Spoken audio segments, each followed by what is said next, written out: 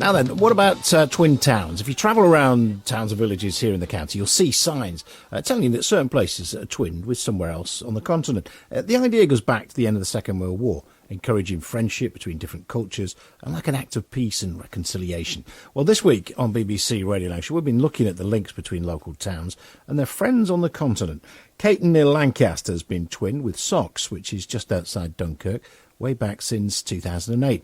Well, today we'll be looking at the connection between the two places with John Barnes, who's in the French town. He's joined by Ruth Gibbons from Caton&Twinning Association and Benoit Dupree from the Counterpart Association in the town there in Socx. And Benoit began by describing their town centre to us all. Just in the centre of the village is the Saint-Léger church.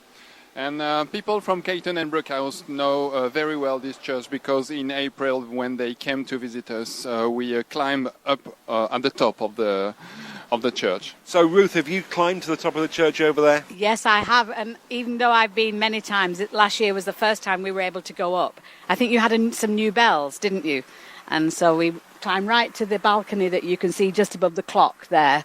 And you can walk all the way around and get a wonderful view of the area, of the whole village and the countryside beyond. That's quite a long way up, though, isn't it? It is, yes. And it's quite difficult because you have to go through a very small hole in the wall at the bottom. But I can walk under it without having to bend my head. Benoit has to bend double almost to get into it.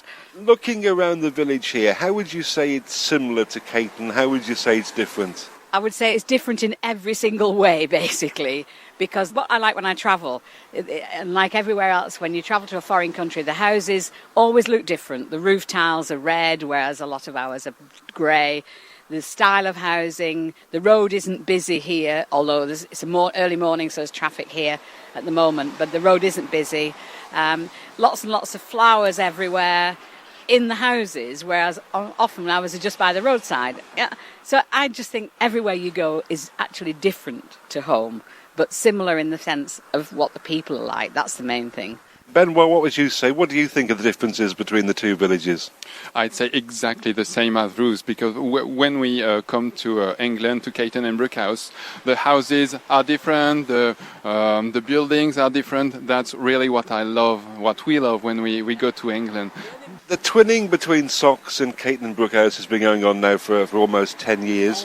What would you say has been the most important thing that's come out of it?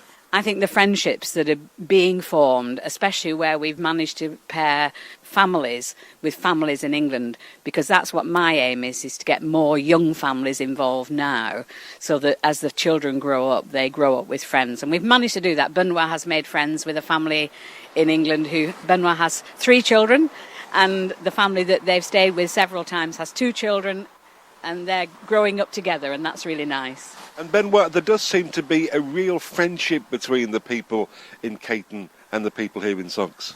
It's even more than friendship. It's really like family. When we meet up each year, it's a real pleasure to see them. So I guess we're heading towards the end of the year, and you're planning to what you'll be doing next year?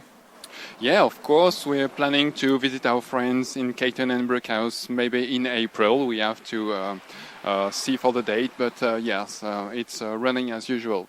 And any idea what they'll see when they come next time, Ruth? Well, it's getting more difficult as time goes on, because some people have been to us now several times, so we have to think what they've not seen. But of course, we live in what is essentially a tourist area, so there's lots and lots of places to take them. And we always try and choose a time for the twinning visit when the children can go to school for one day and then have the time off. So when they come next year, hopefully they will attend the primary school children will attend the schools in Caton and in Brookhouse, and the secondary school children will go to the secondary schools in Lancaster. Interesting stuff. Ruth Gibbons there from Caton&Twinning Association, and counterpart in France, Benoit Dupree in Socx, a village just outside Dunkirk. And along there with BBC Radio Lancashire's John Barnes. The county's radio station for travel. BBC Radio Lancashire.